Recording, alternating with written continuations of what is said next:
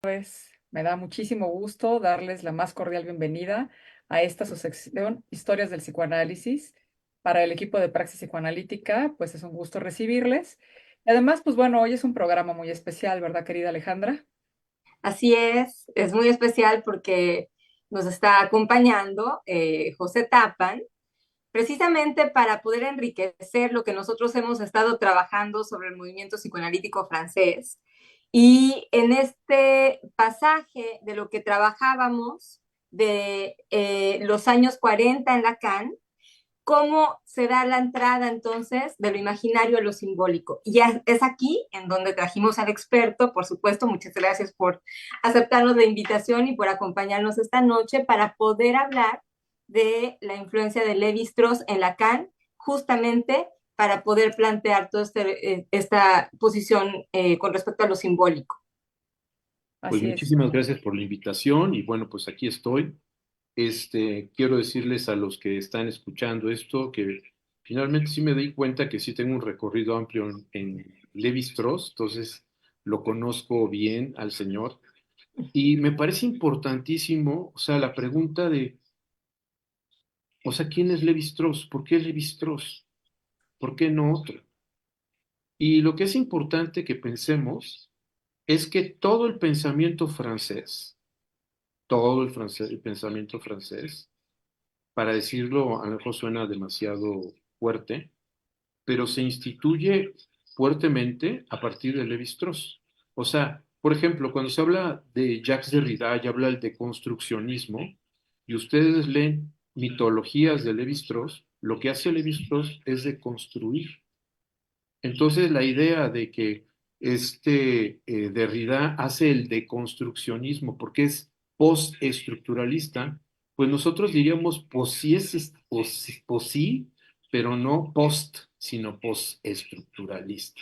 Y cuando vemos con Deleuze y Guattari que hablan del rizoma y todas estas máquinas que están planteando, entonces nos ponemos a pensar, bueno, qué buena idea de los postestructuralistas y volvemos otra vez así postestructuralistas. La idea de pensar los sistemas estructurales como estructuras que se relacionan con otras estructuras y estas estructuras con subestructuras y que esto puede tener un modelo fractal es de Lévi-Strauss, no es ni de Deleuze ni de Guattari. Entonces, y si nos vamos con Foucault, cuando habla de la arqueología del pensamiento, de la arqueología como proceso de conocimiento y demás, nos damos cuenta que quien construyó la idea de la arqueología es Lévi-Strauss.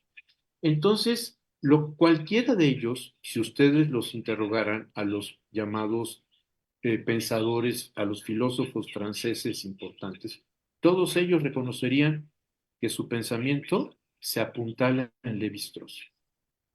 Entonces, ¿por qué Lévi-Strauss? Porque antes de Lévi-Strauss teníamos un modelo que era heredero de la tradición marxista. Recuerden que tiene que ver el marxismo con el materialismo histórico, el materialismo dialéctico, y desde ahí, desde Hegel hasta Marx, y es el que se habla de historia, de proceso, de maduración, de desarrollo, todo ese tipo de cosas. ¿Qué hace, qué hace Lévi-Strauss? Lévi-Strauss comienza, toda la propuesta de Lévi-Strauss es una crítica a la historia, porque dice Lévi-Strauss en una conferencia en Nueva York, dice, los historiadores, es, me encanta, porque dice, los historiadores es como quien está acostado en el parque y ve las nubes y le da formas. Esa tiene forma de caballito, esa tiene forma de no sé qué. Y entonces es verdad, si ustedes se ponen a pensar el modelo de la historiografía, O sea, ¿cuáles son las razones por las cuales se hizo la Revolución Rusa? Pues es claro, porque hay un problema en donde el hambre, la situación ya era insufrible, había un modelo medieval, y entonces frente a esas circunstancias fue la emergencia de un grupo de campesinos pobres, que entonces, y uno dice, ok, esas son las condiciones para que haya habido una revolución en Rusia, sí. Pues esas mismas están en la India, en Bangladesh, y no hubo revolución. Entonces, es esto que critica Levi-Strauss. O sea, siempre podemos pensar en la idea de proceso y de maduración agregando una serie de cosas, de argumentos, de temas y demás. Entonces, lo que hizo Levi-Strauss fue leer a Freud, lo que hizo Levi-Strauss fue leer lógica. Levi-Strauss era filósofo, primero que nada, ¿no? Él no es etnólogo, él es filósofo, se formó como filósofo. Y entonces es etnólogo en una experiencia que tiene en Brasil y que está en Brasil alrededor de 7 años y regresa ya como etnólogo a partir de esa experiencia. Pero él era filósofo que estaba tratando de entender los procesos sociales. Entonces, él empieza a leer antropología haciendo sociología en Brasil, pero él, digamos, y estrictamente las bases de sus apuestas son filosóficas. Y entonces, ¿qué es lo que está empezando a problematizar este... déjame cerrar una puerta porque estoy oyendo un ruido, no sé si ustedes, pero a mí me distrae. Ya está. Tengo un vecino que está cantando y lo hace mal además. Entonces, eso es aún más peor, como dicen. Entonces, ¿qué hace Levi-Strauss con esta cuestión de la herencia del historicismo, del marxismo, del proceso, del desarrollo? Dice, a ver, vamos a pensar un partido de fútbol y queremos entender el partido de fútbol. ¿Por qué? ¿Por qué hay el partido de fútbol? Y entonces, bajo la idea del materialismo histórico, bajo todo el paradigma anterior a Levi-Strauss, lo que se hacía era como tratar de entender la historia del fútbol. ¿Cómo fue que se dio el fútbol? ¿Cuáles fueron las reglas? Fueron toda una serie de cosas. Y de repente podemos llegar hasta el momento en que a lo mejor unos tipos empezaron a patear cocos, ¿no? Y con los cocos empezó, pero Levi-Strauss dice, miren, es muy fácil, ¿por qué no atinamos una hipótesis? Es decir, el fútbol es una gesta ritual que ha sido domesticada y que entonces lo que en realidad estamos viendo es una gesta entre grupos, ritualizada y domesticada. Entonces entendemos que no es un deporte, sino que la gente que va a un estadio de fútbol es gente que va con sus pasiones, porque hay aliados, hay enemigos, hay toda una serie de cosas, y si nuestros aliados meten un gol con la mano, pues nos hacemos patos, porque en realidad queremos ganar en esa contienda. Entonces Levi Strauss empieza a mostrarnos la importancia de entender que la historia no nos proporciona una realidad, que esta idea de pensar, incluso si lo pensamos en psicoanálisis, de que un niño que en el periodo, o sea, como es entendida la historia a partir de Margaret Mahler y todos aquellos que entienden el desarrollo psicosexual como historia, y decimos, si un niño está carenciado de la crítica de Popper, ¿no? A Adler, o sea, si un niño está carenciado de una madre en el periodo de la etapa oral del desarrollo psicosexual, no significa nada. Eso no tiene una condición necesaria para que genere algo. Eso puede generar 623 cosas. No es una causalidad, pero los psicoanalistas, los psicólogos le atribuyen una causalidad, pero esa causalidad está desde su modelo teórico, no porque eso tenga esa causalidad. Y entonces lo que hacen es construir una serie de referencias y modelos teóricos en donde van a la realidad a encontrarse y verificarla, su modelo teórico. Levi-Strauss hace una crítica a todo eso. Y por eso, por ejemplo, Althusser, que es otro de los herederos del pensamiento de Levi-Strauss, empieza a pensar en el estructural marxismo.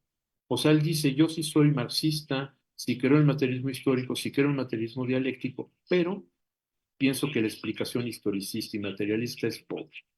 Necesito encontrar los fenómenos estructurales que norman las situaciones. Y entonces empezamos a ver que todo el pensamiento francés a partir de 1949 es heredero de la propuesta de Lévi-Strauss. Esta propuesta ha tenido el mismo alcance y la misma importancia que todos otros pensadores, no. O sea, yo puedo encontrar la herencia en Foucault de Lévi-Strauss, puedo encontrar la herencia en muchos pensadores en Michel Foucault, perdón, en Lévi-Strauss. Y veo a Lacan, y Lacan lo dice, ¿sabes qué? Hay que volver a leer a Freud con la rejilla que nos da Lévi-Strauss. Lo dice claramente. En el informe a Daniel Lagache, Lacan dice, mi concepto de estructura debe ser seguido como el de Lévi-Strauss. Entonces, lo que es importante pensar aquí es que toda la conceptualización del psicoanálisis, lo real, lo simbólico y lo imaginario, es heredera de un posicionamiento diferente de interrogar la realidad social, la realidad psíquica, toda la serie de fenómenos, porque de alguna forma lo que se está tratando de entender son las estructuras y las relaciones subyacentes a los fenómenos que ocurren, no distraernos en los fenómenos que ocurren. Porque dicen, por ejemplo, mucho en psicoanálisis, es que hay que ir a los casos clínicos. Y uno dice, mis vidas santas, ¿y eso qué es eso? Un caso clínico es leído. Ni siquiera los empiristas ingleses, Hobbes, hubiera dicho, es que ahí está lo empírico, que la falta de función paterna, el significante nombre del padre que no ha sido inscrito, que no hay el deseo de la madre, que él se siente como objeto A, que todo eso está superpuesto como modelo para entender lo empírico. Entonces el caso es una construcción, es una lectura, es un es un dar importancia a cosas y quitarle importancia a otras porque mi modelo de interpretación me hace verlo de esa manera. Entonces, lo empírico es una construcción. Eso lo dijo Lévi-Strauss. Entonces, Lévi-Strauss empieza a darse cuenta que es importante refinar el modelo para poder dar cuenta de cómo operan las cosas. Las matemáticas son estructurales. Estructural significa relaciones. Eso es una estructura, relaciones. Ahí donde haya relaciones, 2 más 2 es estructural, porque hay una relación entre 2 más un 2 es una relación estructural. Entonces, lo que estamos viendo es que sale del mecanismo de la diacronía, Lévi-Strauss, para entrar al mecanismo de la sincronía. Eso es lo que no han entendido los psicoanalistas llamados que se autodenominan lacanianos hoy, ¿no?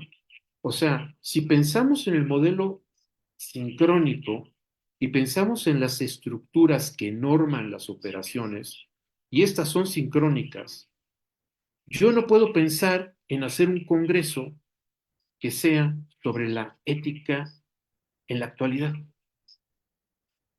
Porque si es sincrónico y leo a Lacan, y me dice Lacan, lo que tiene que ver con la ética del deseo es la manera en que se está uno de alguna forma inscribiendo a partir de delimitar qué es el goce, qué es el deseo, pero eso no tiene temporalidad. O sea, no es actual. Por ejemplo, ahora va a haber un congreso en Tucumán sobre lo real en la actualidad. Y entonces uno dice, pero si lo real es un modelo sincrónico que tiene que ver con la forma de la experiencia y de la existencia,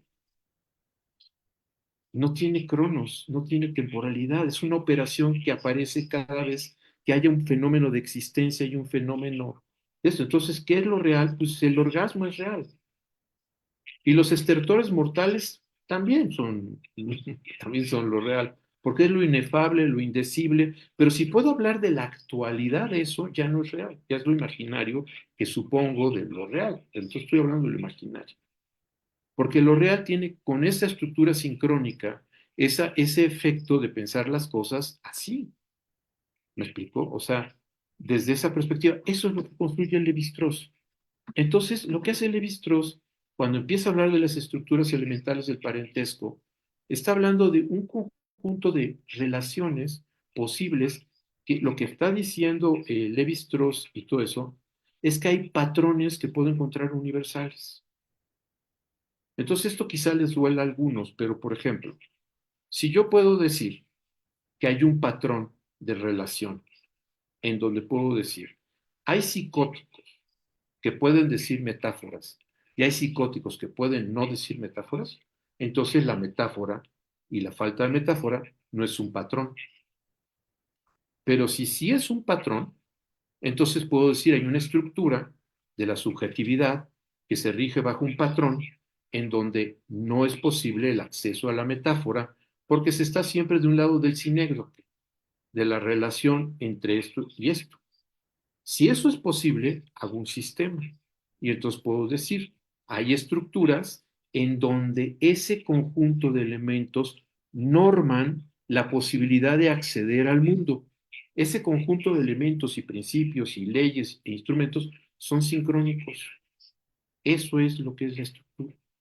Entonces, si yo le quiero, porque tengo una lectura psicológica y no entiendo lo que hizo Levi-Strauss, entonces yo voy a querer siempre buscar las dimensiones historizables de los fenómenos que no son historizables, porque son operaciones y principios que actúan de manera sincrónica y que tienen este sentido de construir patrones. Y entonces puedo decir, por ejemplo, como dice Lacan, lo sé, pero aún así. O sea, ¿cómo? Si yo encuentro ese patrón, puedo decir que ahí estoy bajo un principio que puedo llamar perverso. Ah, sí, sí. Ok. Si yo encuentro una pregunta como del orden que esté comandando esto de qué es una mujer, puedo darme cuenta que es una estructura, diría Lacan, de carácter neurótico. Si lo que yo veo es que hay una incapacidad de poder obturar y relacionar la diferencia entre lo que puedo propiamente llamar como una fantasía y lo que entonces opera de la misma manera, como lo dijo en el seminario 3, esta parte del el exoconsciente, en donde las voces que el neurótico oye, que lo están prohibiendo cosas, el psicótico las oye afuera. Si eso es así, entonces eso constituye un patrón. Y si constituye un patrón, estamos hablando de estructuras. Entonces estamos hablando de patrones, estructuras que constituyen sistemas, y esos sistemas son sistemas normativos que dan cuenta de la manera en que la gente se posiciona en el mundo. Con los sistemas, lo que es importante en esto es que imagínense ustedes un antropólogo estudiando lo que son los sistemas de parentesco en el mundo. Todas las comunidades indígenas, todas las comunidades culturales, chinos, japoneses, porque en Japón es una diversidad cultural enorme. Hay japoneses rubios en el norte, hay japoneses morenos, muy morenos en el sur, porque hubo influencia negra en Japón, o sea, los shogunatos en una zona, en China, por favor, China es un continente impresionante, la India es otro continente impresionante. Bueno, México es un país pluricultural, hay nahuas, mazahuas. Bueno, y él crea un libro que se llama Estructuras Elementales del Parentesco. Y está diciendo simple y sencillamente que las relaciones entre los hombres no son arbitrarias, que se rigen con una serie de principios. Y esos principios los puedo encontrar en este sentido, como expresar estos patrones que veo como norman estas relaciones. Y esos principios y esas relaciones, Levi-Strauss llega a algo que le llama el núcleo del parentesco, que no se los voy a explicar porque eso sería todo un rollo, pero es la relación avuncular, se llama, que es la relación que hay entre el hermano que va a ser la esposa, la cónyuge en un sistema. Es todo un rollo que no se los voy a explicar, pero está ahí. Y entonces de ahí también empieza Levi-Strauss a decir, bueno, perdón, pero también hay patrones que tienen que ver con lo que yo voy a llamar el pensamiento salvaje y el pensamiento domesticado. Y entonces dice, el pensamiento salvaje es el de los primitivos que están en las comunidades nativas, sí. Y el de el físico que estudió en Harvard, que tiene un postdoctorado. ¿También hay ahí pensamiento salvaje? Sí. O sea, el pensamiento salvaje no tiene que ver con el grado de primitivez, con el grado de alguna forma de que sea una sociedad primitiva, no. tiene que ver con los modelos en los que se ancla ese sistema de pensamiento.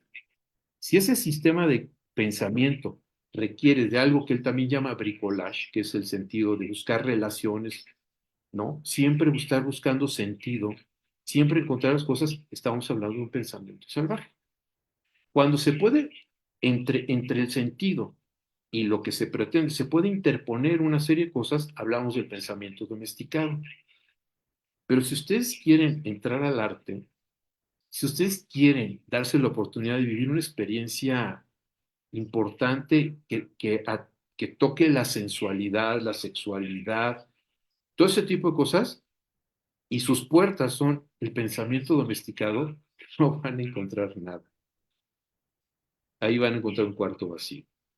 Bueno, pues entonces un poquito lo que yo pienso, Alejandra, por lo que tú planteabas, es que en realidad lo que hace Lévi-Strauss es reformular el pensamiento francés y con él Lacan, Althusser, Derrida, Deleuze, Guattari, etcétera, ¿no? O sea, cambia las formas porque el paradigma empieza a construir un modelo paradigmático inédito que tiene que ver con la idea de la sincronía y que yo creo que hoy sigue siendo un obstáculo para muchos psicoanalistas, incluso que a sí mismos se consideran lacanianos, que no entienden eso, que es precisamente lo que a mí me parece que son los cimientos del pensamiento de la propuesta teórica de Jacques Lacan.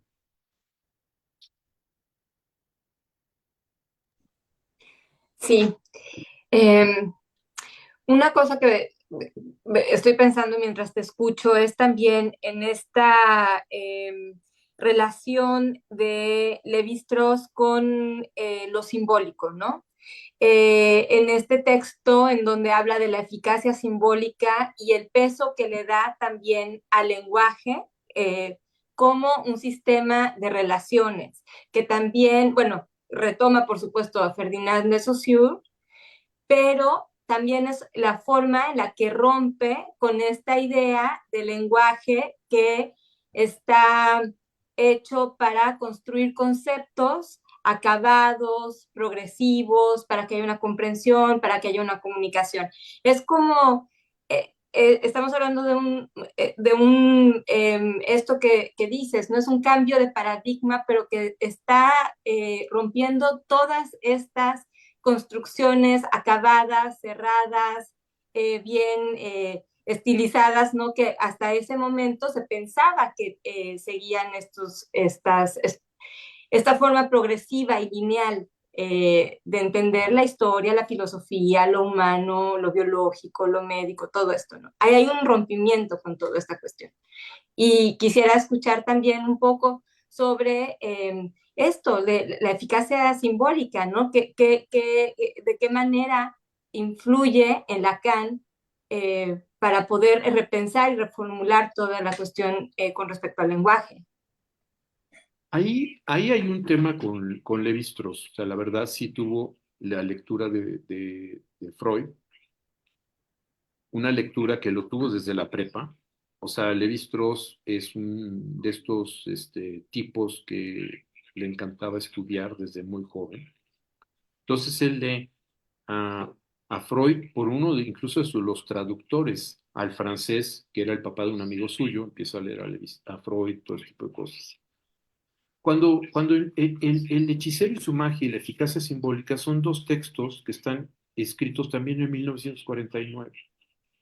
Y si tú lees El Estadio del Espejo de Lacan de 1949, ya cita la eficacia simbólica. El tema de la eficacia simbólica eh, es algo que tenemos que pensar, fíjate, mucho del lado del pensamiento salvaje, no del pensamiento domesticado. Porque lo que Levi-Strauss está mostrando es que, y esto a partir de Jacobson, o sea, cuando él tiene un estadio, o sea, está en un momento en Brasil, como les digo, se regresa a Francia, 1945 empieza la guerra, y entonces le dicen, señor, vete de aquí, y se va, y se va a Nueva York. Y está en Nueva York, es también un buen tiempo, y en Nueva York es donde conoce a Jacobson. Y entonces aparece toda la lingüística y la fonología y toda una serie de estudios a partir de Jacobson de los sistemas fonológicos, de los sistemas que tienen que ver con la lingüística. Es interesante pensar que el propio Levi-Strauss, sus estudios que tienen que ver con lingüística, son totalmente chomskianos, pero su propuesta teórica está construida a partir de lo que es Benveniste, Jacobson y Saussure. Esas son sus fuentes principales ¿cómo se llama? De Levi-Strauss.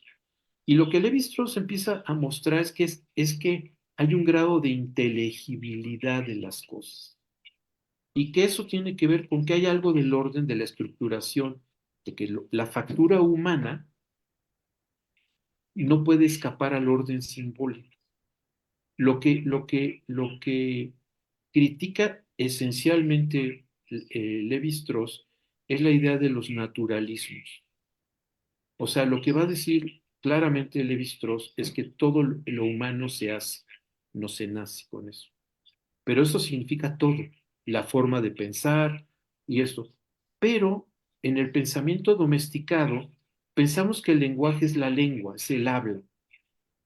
Y en el pensamiento salvaje nos empezamos a dar cuenta que los mitos, la magia, el arte, son formas de comunicar una serie de experiencias y cosas que sí nos dicen cosas, pero no con palabras.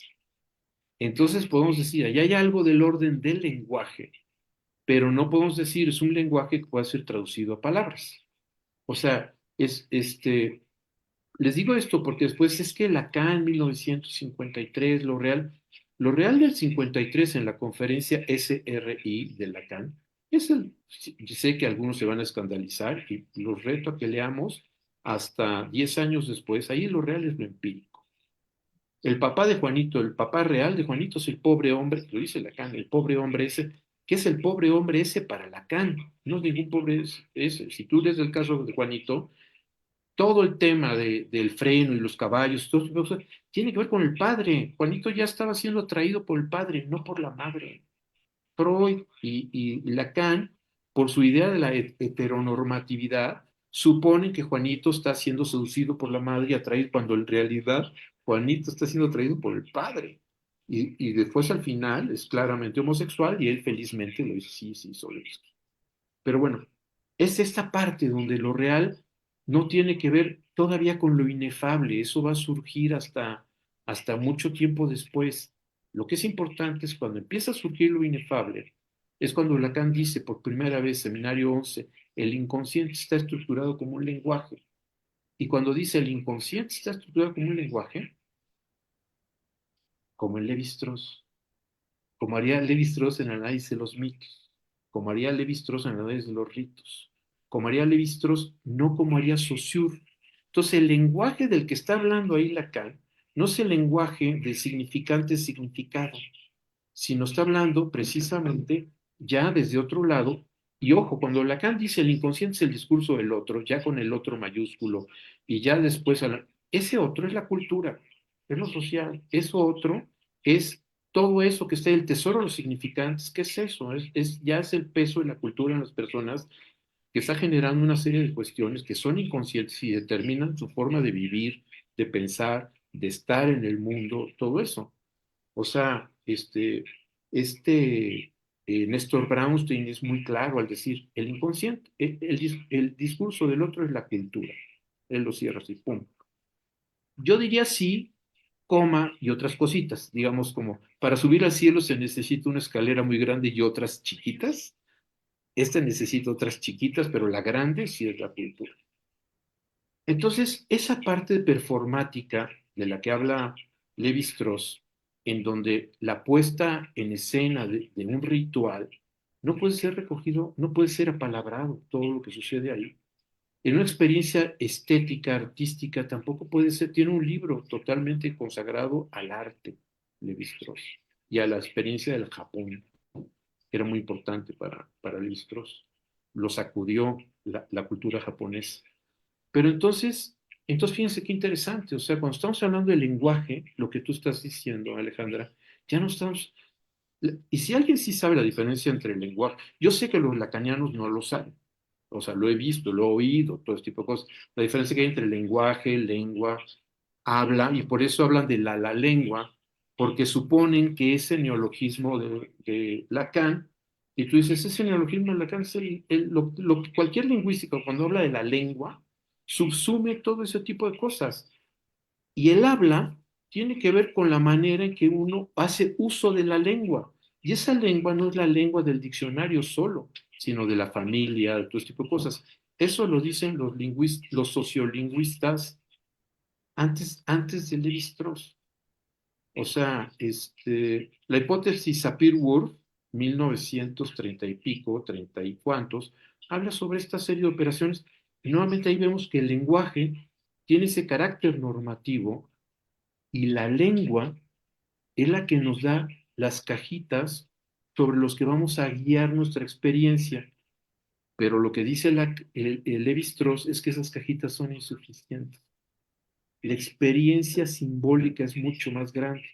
Por lo tanto, la eficacia simbólica, pensar en psique y soma, Lévi-Strauss diría mi vida. Eso, o sea, eso lo hizo Aristóteles porque tenía un programa pedagógico y quería separar las cosas así. Pero eso no existe. Lo simbólico está profundamente enraigado en lo somático. Lo somático interactúa con lo simbólico. No hay lo simbólico y lo somático, sino están entreverados. Es lo psicosomático lo que está hablando.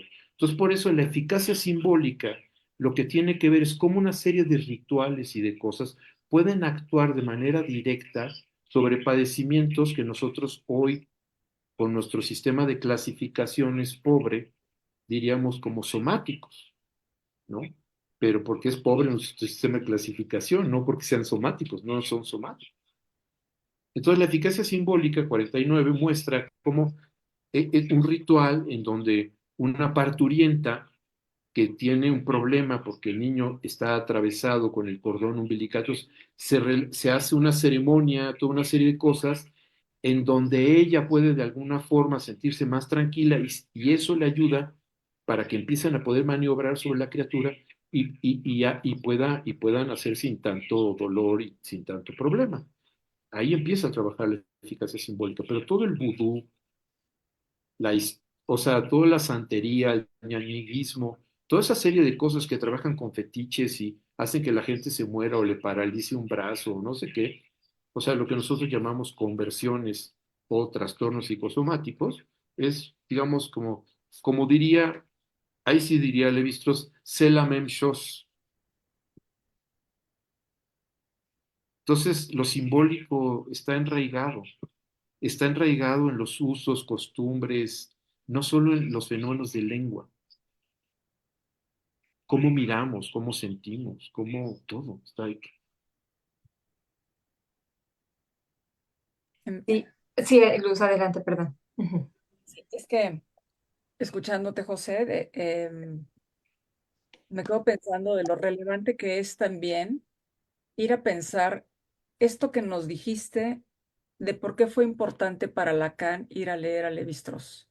O sea, no podemos olvidar que en aquel momento, cuando estaba en eso, Lacan venía en un camino en el que estaba generando también sus propias búsquedas, tenía sus tropiezos, andaba por un lado, andaba por el otro, y tenía problemas con la forma dogmática de los, digamos que, em, psicoanalistas de la época que estaban más bien rechazando toda la propuesta freudiana y haciendo propuestas nuevas que más bien se seguían, digamos que, yendo del lado naturalista, ¿no?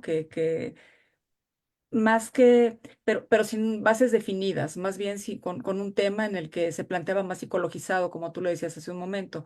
Entonces, de alguna manera creo que Lacan, en este camino al leer a Lévi-Strauss, se encontró con esta posibilidad, esta base epistemológica, como para poder generar un corpus de pensamiento sólido que permitiera ir a dar cuenta de lo que era la subjetividad humana de una manera firme, yendo a estas formas de las determinaciones, pero ¿de qué de las determinaciones? Y estar hablando, por ejemplo, de estas diacronías en lugar de las sincronías que proponen las formas psicologicistas con los que estaba justamente rompiendo. Y entonces me parece muy relevante el pensar que que es relevante conocer por qué Lacan se acercó al pensamiento de Lévi-Strauss. Porque mucha gente, yo puedo también decirlo, podemos afirmar que leer a Lacan es complejo. Y sí, sí es complejo si lo leemos por encima, si no consideramos otra serie de cosas, si no vamos a todos aquellos hilos que ha jalado, pero el ir a ver todo esto que nos estás comentando, el saber cómo era la base del pensamiento de Lévi-Strauss y por qué lo tomó Lacan y cómo lo puso, esto que estaban hablando ahorita del tema simbólico, de de cómo está ahí entreverado, o sea, de que el inconsciente está estructurado como un lenguaje, pero de ir a hablar de todo esto que forma parte de una matriz de operaciones simbólicas y que es una matriz de operaciones simbólicas que tiene también involucrada una serie de operaciones lógicas y que eso es justamente lo que hace tan complejo el entender a la subjetividad humana, pero que hay que entenderla desde una forma estructural. Y entonces, ¿por qué hablar de estructural, no? Entonces, me parece que es súper relevante el ir a conocer el pensamiento levistrosiano para poder conocer el pensamiento lacaniano, para poder también ir a ver eso que agarró del pensamiento freudiano para ponerlo bajo esa mirada, ¿no? Bajo esa rejilla que tú decías. Absolutamente, o sea, por eso esta parte de la banalización o la trivialización que hacen de que lenguaje es lengua, y entonces hablan de, sí, el lenguaje, por ejemplo, el significante perro y el significante tal, y entonces hay que partir el verdadero significante. Están hablando de palabras, ni siquiera de significantes. Entonces es esta parte de donde ni siquiera entienden qué es lenguaje y están hablando de lengua y lo hacen mal. Entonces, me parece importante lo que tú estás diciendo porque efectivamente, por ejemplo, en el 53, en la conferencia simbólico, imaginario y real, Lacan dice, es la primera vez que dice, el síntoma está estructurado como un lenguaje. Ahí es donde dice, el síntoma está estructurado como un lenguaje. Y entonces, y después, si ustedes leen el seminario 5 van a ver cómo también dice tal cosa está estructurado como un lenguaje y tal cosa está estructurado como un lenguaje, porque lo que le interesa a Lévi-Strauss es el sentido de la inteligibilidad. Es decir, hay algo del orden de lo no arbitrario, como en la lógica caológica. O sea, no se trata de que podamos predecir, pero sí se trata de que no es lo arbitrario, no es como o sea, sí hay una causalidad psíquica, sí existe una causalidad psíquica. Entonces, esos sistemas de causalidad, esos patrones, esos principios, esas relaciones que están normando la forma, es importante conocerlas porque si no, queremos pensar como en la posvanguardia, como decir, no, pero es que hay que salir de los lineamientos, no sé qué, no sé cuánto, dejar el estructuralismo a Levi-Strauss para entrar a las matemáticas y a la lógica, a la topología. Y uno dice, eso es lo que hizo Levi-Strauss. Este es el pensamiento de Levi-Strauss. O sea, Levi-Strauss, la estructura sale de las matemáticas, de la lógica, de la filología, de la lingüística. No, la estructura de él no es otra cosa, sino un sistema de relaciones. Y si ustedes leen las estructuras elementales de parentesco, se dan cuenta que están hablando de operaciones de carácter matemático, de relaciones entre una cosa y otra. O sea, porque está viendo que esos son los principios normativos. Ujú. Entonces, aquí sí es importante, Luz, lo que tú planteas, porque sí creo que es necesario decir, bueno, el inconsciente freudiano no es el inconsciente lacaniano. Entonces, si yo trabajo desde Lacan, desde la propuesta lacaniana, con un inconsciente que es una bolsa llena de cosas que han sido desplazadas de la conciencia por considerarlas insatisfactoras, que hay insatisfacción, molestia, incomodidad, y entonces saco al significante, porque entonces o sea, estoy haciendo un eclecticismo malo. O sea, el inconsciente lacaniano es el conjunto de operaciones, instrucciones, herramientas y principios que norman la acción simbólica. Y cuando hablo de la acción simbólica, recuerden que entonces en el Levi-Strauss no es el lenguaje, lo simbólico es lo performático. Lo simbólico tiene que ver con aquello que no está, todo lo simbólico tiene que ver con aquello que no ha sido, lo que no es espontáneamente dotado por la naturaleza. Es decir, el campo de lo simbólico de Levi-Strauss no es el campo de lo simbólico de Jung, ni el campo de lo simbólico de Saussure, sino el campo de lo simbólico de Levi-Strauss es aquello que no es proporcionado de manera espontánea por la naturaleza. en lacaniano diríamos lo real, lo simbólico y lo imaginario. Levi-Strauss atiende lo real, lo simbólico y lo imaginario. Levi-Strauss atiende lo inefable. Levi-Strauss, cuando habla de mitos y habla de máscaras, habla de la imagen, habla de una serie de cuestiones que están articuladas. Si quieren verlo de alguna manera, el tema con Levi-Strauss es que el nudo Borromeo estuvo desde el principio. Él no pensaba que se pudiera dar lo real, lo simbólico y lo imaginario de manera independiente. Él pensaba que siempre estaba todo articulado. Y a esa articulación le llama a él campo de lo simbólico. ¿Me Pero dejan sí leer? distingue cosas, o sea, ajá, perdón. No, perdón. Es que si me permiten leer comentarios que tenemos por acá, dice Ileana Ovalle, todo eso llevaría al psicoanálisis a hacer una Weltanschauung, hablando de lo primero que tú estabas exponiendo, José, cuando utilizas la teoría para leer el caso, para hacer construcciones. Y yo le agregaría construcciones que estás esperando coincidir. Pues Luego, ese es el tema, que se ha ido deslizando el psicoanálisis aún en los llamados lacanianos a una Weltanschauung. Todo está leído en lacaniano, bueno, en su lacaniano. Y entonces pueden decir esto que estamos diciendo, o sea, lo real en la actualidad. O sea, desde el punto de vista de lo que estamos diciendo, eso es un oxímoron. Lo real, si lo real en Lacan tiene que ver con la experiencia, con la existencia, con lo inefable, con lo indecible, con lo irrepresentable, o sea, no tiene tiempo. Es transcultural, transhistórico. No puedo decir, o sea, decir, en la actualidad es como decir lo real en México. O sea, no, no se puede.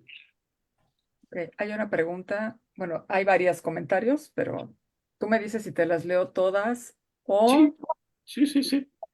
Bueno, Eliana Valle dice, ¿quién inicia esta propuesta estructuralista? ¿Saussure o Lévi-Strauss? Que imagino que finalmente son dos campos del saber diferentes y pueden haberse sumado a la propuesta de Saussure acerca de cómo lo empírico no se corresponde a una imagen acústica, sino con un haz de significantes que hacen que cobre tal o cual significado.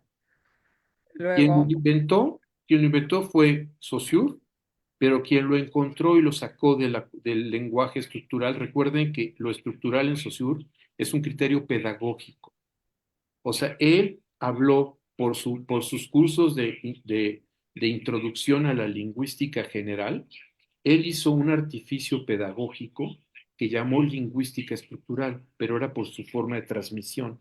Es Benveniste y después Jacobson quienes le dan otro estatuto a esa dimensión del lenguaje en Saussure, y es Lacan tomando a Jacobson principalmente, después a Benveniste, que llega a Saussure. pregunta también Ileana, ¿la eficacia simbólica tendría que ver con la forma en que es importante para los hombres el explicarse las cosas, darles un sentido, y por ello Levi-Strauss voltea los mitos? No. La eficacia simbólica tendría que ver con que no hay una distancia entre lo que hablamos, decimos, pensamos y nuestro cuerpo en las relaciones performáticas. O sea, todo está totalmente imbricado. Y que si yo quiero, por ejemplo, dentro de un canon cultural, le clavo una espina en el corazón a un fetiche, eso va a tener un efecto en donde la gente puede tener una parálisis cardíaca. Pero también lo opuesto, si una persona tiene una afección grave y todo este tipo de cosas, lean ustedes todas las curaciones milagrosas que se han dado y por lo que se ha santificado a tantas personas, porque su devoción les hace creer y como sabemos, los tribunales eclesiásticos para consagrar que alguien puede ser considerado santo es porque ha hecho milagros y esos milagros en general tienen que ver con la curación y esas curaciones tienen que ver con cuestiones que han sido documentadas como cuestiones que eran incurables. Entonces de repente se curaron y entonces la intermediación del santo, todo este tipo de cosas. Esa es la eficacia simbólica. O sea, una vez lo humano es todo, estamos implicados todos en el territorio de lo simbólico, todo. nuestras heces fecales, orinales, nuestro cuerpo, nuestros deseos, nuestras fantasías, nuestros pensamientos, todo, todo, todo, todo tiene esa factura. Simbólico en Levi-Strauss. Liliana también dice, el lenguaje está estructurado como un lenguaje porque se refiere al conjunto de relaciones lógicas que norman la acción simbólica, la forma de estar en el mundo. Y la Eso, inteligibilidad. ok. Y bueno, dice también ella eso que no se ve, pero da consistencia a los otros dos registros, como ese tercer registro que impacta, determina lo que está en los otros dos registros, hablando del Borromeo. Y pregunta ella también, ¿podríamos pensar en que existe una relación entre el concepto levistrosiano de inconsciente cultural y el concepto de gramática universal de Noam Chomsky? O sea, no, no necesariamente, porque digamos, el concepto digamos, simbólico para Levi-Strauss es más abarcativo. Es verdad que, por ejemplo, yo por eso siempre he hecho un énfasis entre la diferencia entre lógica y gramática. Y entonces hay una serie de operaciones de carácter lógico, de esa lógica simbólica, que no pertenecen a ninguna gramática y que, y que norman las opciones de incluso de lo que puede ser o no ser. O sea, por ejemplo, o sea, las sinacantecas, el orgasmo es una enfermedad. O sea, si una sinacanteca tiene orgasmo, tiene que ir con un hiloletic a ser curada de orgasmo. Entonces, desde el punto de vista de la experiencia, la lógica hace que la gramática de la lectura de ese fenómeno tenga otra serie de formas de pensarlo. Lo que hace Levi-Strauss es pensar que hay derivaciones de las estructuras, no son estructuras normativas que se mantengan así. Hay una serie de subestructuras y también de derivaciones. Es como un juego de ajedrez. O sea, un juego de ajedrez es una serie de estructuras, pero el conjunto posible de juegos que tiene no es infinito, pero es muy grande. Mm. Y dos comentarios más de Elena. Dice que yo creo que algo que confunde de la propuesta lacaniana en relación al lenguaje, lengua y habla, es que él mismo se la pasa partiendo palabras y jugando con la homofonía de las palabras. Y su otro comentario es que justamente este nudo borromeo, estos tres registros entrelazados, son el núcleo duro del estructuralismo. Y entonces pienso, qué contradicción en Lacan su seminario 23 y la propuesta del ego corrector. Yo Hasta aquí. pienso lo mismo. O sea, no puedo pensar que sea necesario ni un santón, ni un ego corrector, ni una realidad psíquica freudiana para anudar algo que es anudado, porque la experiencia no puede no ser más que real, simbólica e imaginaria, y la existencia no puede no ser más que real, simbólica e imaginaria. Entonces, si se supone que debe de haber una prótesis para mantener eso, yo quisiera entender cómo el pobre de Joyce andaba por la vida con sus nudos así. Cuando Joyce llega con Jung, o sea, cuando Joyce llega con Jung, le dice, es que, mire, mi hija está haciendo lo mismo que yo en el Finnegan's Wake. Y Jung, ¿qué es lo que le dice? Ahí donde su hija nada, ¿sí? Perdón, en donde usted nada, su hija se ahoga. O sea, no están jugando con lo mismo. O sea, no es lo mismo. O sea, está pensado todo, o sea, como, o sea, o sea, no hay nada en el mundo que nos ayude a pensar que Joyce algo neurótico, psicótico, perverso, no sé qué. Y además algo que nos está enseñando el psicoanálisis, si lo queremos leer de verdad, es que no podemos dar cuenta de una persona por sus obras, de ninguno, ni de Joyce, ni del Finnegan's Wake. Había que ver cuál es la intención de Joyce en su Finnegan's Wake. Todo lo que dicen los testimonios es que no es un delirio. Él mismo dice, yo lo hice esto porque soy un traviesín y le dejé una tarea infinita a los filólogos y a los cultores. Entonces decir, este tipo, o sea, hacerle decir a Joyce cosas que no dijo, me parece, sinceramente, lo que tú dices, Liliana, pues un error. Le- Sí, Sí, bueno, hay muchísimo que pensar frente a lo que nos has traído esta noche, José. Yo me quedo con una cuestión también muy importante alrededor de el significante, ¿no? Digamos, en esta cuestión en relación con lo simbólico que estábamos pensando, opera un sistema de diferencias, ¿no?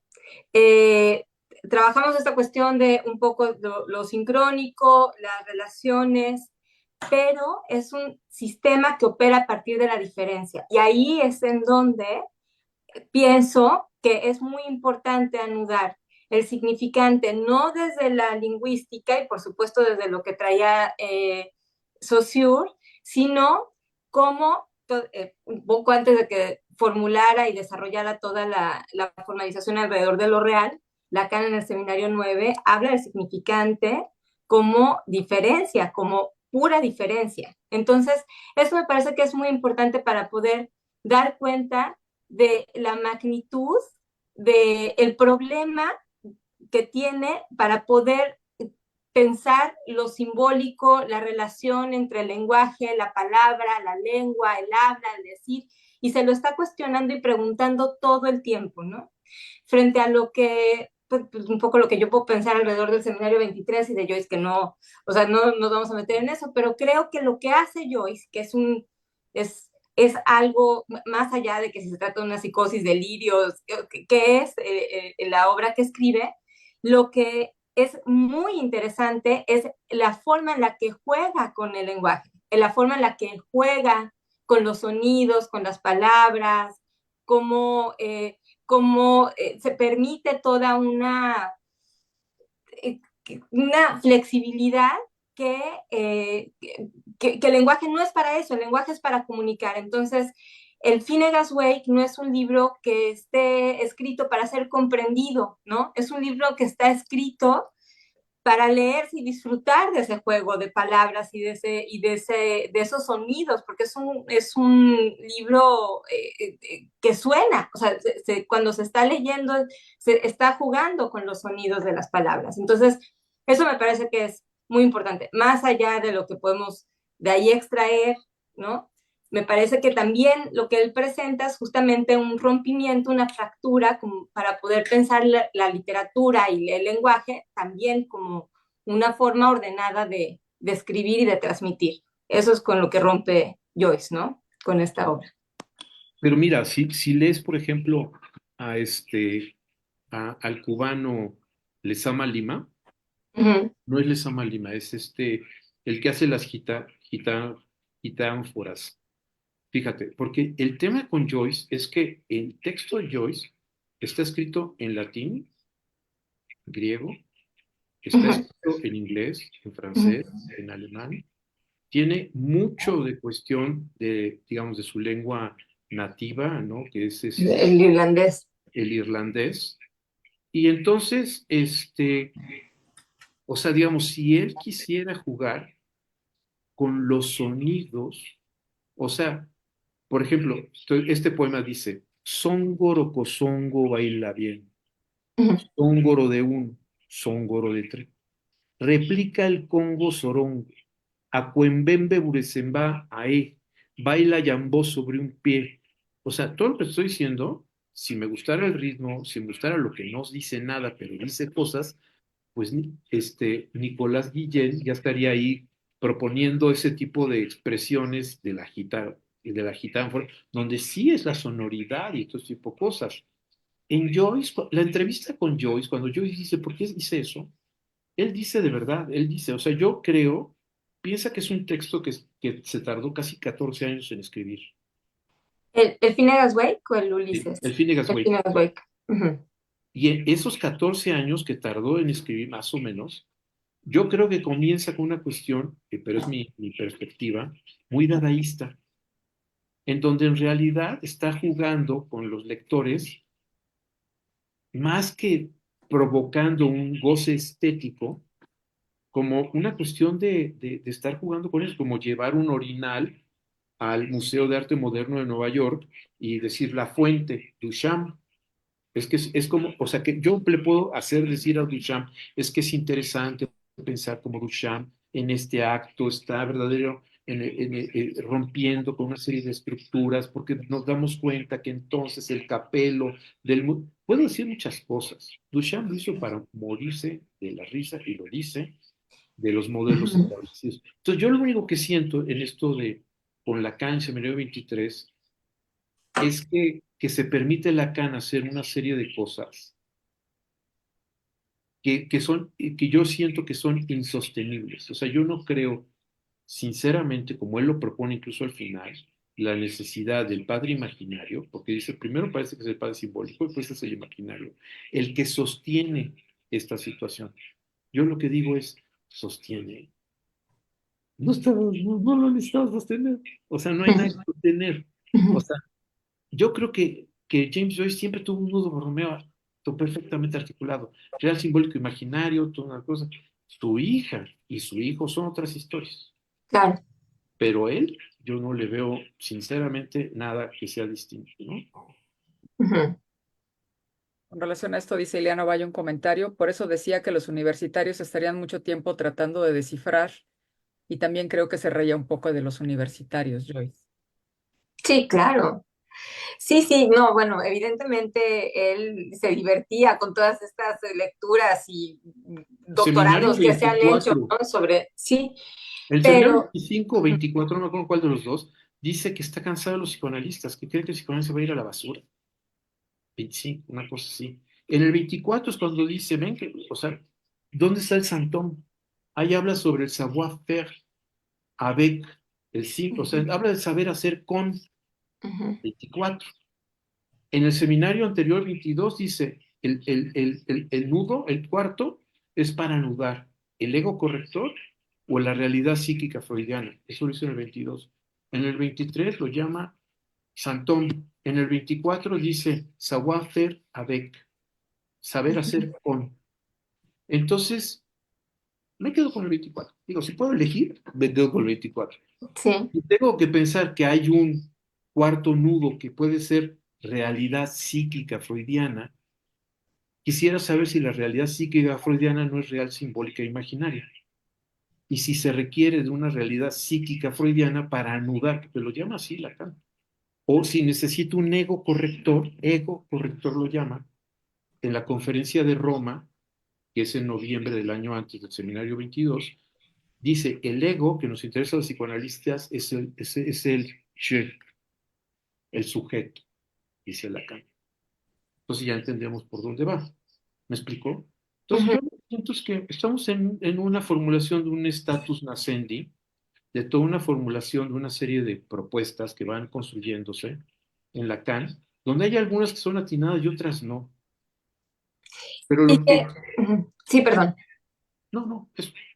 No, no, y que no, a mí me parece que es muy importante que para poder ir siguiendo algo de lo que va proponiendo Lacan y como las preguntas que se va haciendo, lo que puede ir pensando, lo que nos va haciendo pensar también, es muy importante poder eh, entender y poder revisar con mucho cuidado todo esto que está planteando alrededor de lo simbólico, por supuesto, a partir de Levi-Strauss. Ahí está el núcleo de todo lo que de, pasará después, ¿no? Pero es muy importante saber cuáles son sus planteamientos, cuáles son sus preguntas, cómo es que retorna a Freud, cómo es que revisa los casos clínicos en Freud, qué es lo que propone alrededor del lenguaje, del significante, de qué se escuchan. O sea, esas son preguntas que son importantísimas saber de qué manera influye, por supuesto, en el pensamiento de Lacan. Y bueno, ya después podremos ir ampliando todo lo demás y son todas las discusiones, pero es muy importante ir como revisando estos pasos que se van dando, ¿no? Yo creo que Que, son que no lo hace esenciales. solo. Uh-huh, uh-huh. Yo creo que son los cimientos. A mi manera de ver, gran parte del problema del edificio, las construcciones teóricas que yo veo en muchos psicoanalistas lacanianos, es que no hay, hay una Weltanschauung, sí, una cosmovisión, que te pueden decir ellos, no, yo tengo pensamiento crítico. Y dices, a ver, ¿qué es pensamiento crítico? ¿En qué está Lacan? Tú, ¿qué dices que le regó Lacan? Y no te dicen nada. Todo está verificado en su esquema. Todo encuentra sentido en te dicen esto, bueno, no sé qué, pero todo está verificado. Eso es una Weltanschauung, una Ujú, enorme Weltanschauung. Entonces, si ujú. no hay fallas o problemas o nada, o sea, todo puede ser encontrar significado, importancia, relevancia y todo eso, el que lo lee está metido en una Weltanschauung. Eso lo decía Popper y estoy de acuerdo con Popper. Sí, sí. Si algo, perdona más para antes de cerrar, pero si algo hemos venido trabajando en este espacio es justamente romper con estas cuestiones de que cuadre, de que todo tenga alguna explicación que podamos nosotros ordenar. Y sobre todo hemos insistido en las preguntas que se hacen, si hay un movimiento psicoanalítico, si se inventa, ¿no? Todo el dispositivo para poder dar cuenta de lo inconsciente, si se trabaja el psicoanálisis a partir de las preguntas que nos vamos planteando, no de las certezas, sino de los caminos que se abren, porque estamos preguntándonos cómo es que podemos pensar esto, ¿no? En un momento dado. Desde luego. Yo agradezco mucho la invitación a su programa. Entiendo esta parte que hablan ustedes sobre traer a la actualidad el pensamiento de diferentes psicoanalistas, de diferentes corrientes y todo este tipo de cosas. Y aplaudo esta visión crítica que tienen de no tener que estar siempre haciendo loas a uno o a otro, sino poder abrirse a lo diverso, a los acuerdos y a los desacuerdos, ¿no? Claro. Bueno, Pues, al contrario, pues agradecidas nosotras contigo, José, por tu generosidad siempre de traernos con tanta claridad, tan desmenuzado todo el conocimiento que nos ofreces, hoy particularmente con el tema de Levi-Strauss, que para quien no lo sepa y está del otro lado, pues eres un gran experto en la materia levi-straussiana y pues bueno, eh, creo que quedó de manifiesto. Así es que, pues bueno, muchísimas gracias a todos y todas los que nos acompañaron en esta transmisión. Y pues agradecerte también, Alejandra, siempre un gusto estar acá contigo. Y agradecer a todos y a todas y sus participaciones en el live. Y pues aquí nos encontramos en la próxima. Muchísimas gracias. Muchas gracias. gracias. Buenas noches.